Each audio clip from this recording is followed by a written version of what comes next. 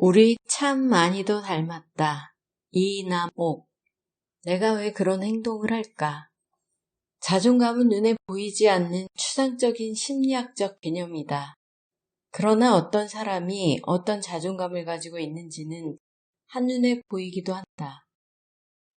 자존감이 낮은 이유는 사람마다 다르다. 어떤 사람은 어린 시절 사랑받지 못해서, 또 어떤 사람은 외모에 자신이 없어서, 또 어떤 사람은 학력이 낮아서, 또 어떤 사람은 남들이 부러워하는 모든 요소를 갖추고도 낮은 자존감을 가지고 있다. 원인이야 어찌 됐든 낮은 자존감은 본인도 타인도 힘들게 한다. 삶의 만족도를 떨어뜨리는 낮은 자존감을 끌어올리는 것이 심리치료이기도 하다.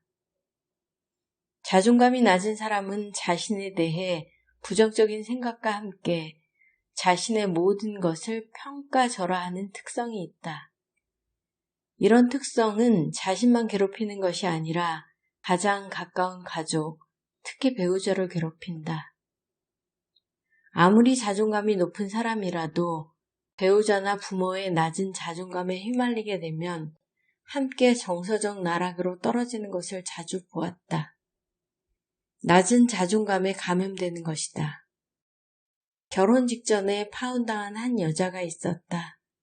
박사과정을 밟고 있는 재원이며 깔끔한 인상의 그녀는 겉으로는 보이지 않는 마음의 상처가 있었다.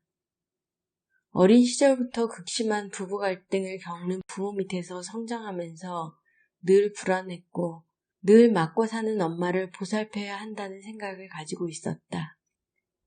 대학을 졸업할 무렵 한 남자를 만나게 되어 사랑에 빠졌으나 결혼해서 행복한 가정을 만들어 나갈 수 있는지에 대해서는 늘 자신이 없었다. 남자는 여자를 지극히 사랑했고 자신이 잘할 테니 믿고 따라오라고 했다. 그러나 여자는 남자가 정말로 믿을 만한 사람인지 의심스러워 늘 확인하고 싶었다. 그래서 불안한 마음을 해소시키고 확인을 받기 위해 남자를 항상 시험하곤 했다. 정해진 약속 시간에 늦어보기도 하고 선물을 받아도 불만족스러워했고 또 아주 하찮은 일에 짜증을 냈다. 그럴 때마다 남자가 받아주고 다독여주면 조금씩 안심이 되는 것을 느꼈다. 하지만 결혼이 진행되면서 부모가 개입하게 되었고 남자의 부모는 요구가 많고 불안정한 여자의 행동을 거스르려 했다. 결국 여자의 행동이 지나치다고 느껴지자 남자의 부모는 이 결혼을 만류했고 결국 남자도 부모의 말을 따르게 되었다. 극심한 마음의 상처를 받은 여자는 상담을 결심했다.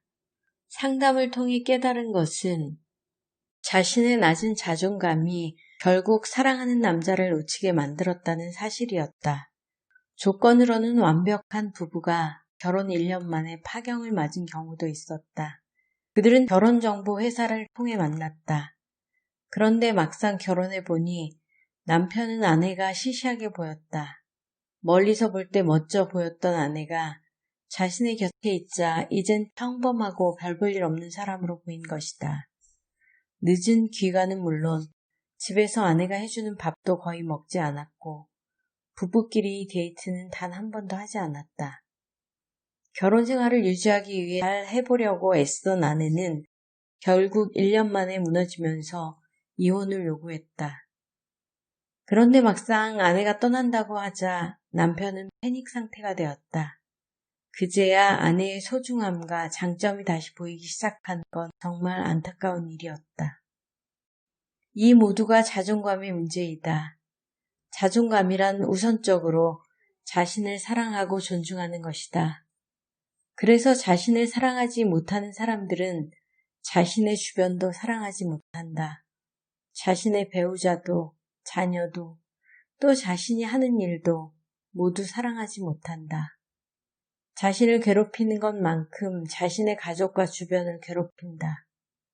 자존감을 높이는 것은 나만을 위하는 것이 아니라 나를 포함한 모든 사람, 또 내가 살아가는 세상을 위한 것이다. 우리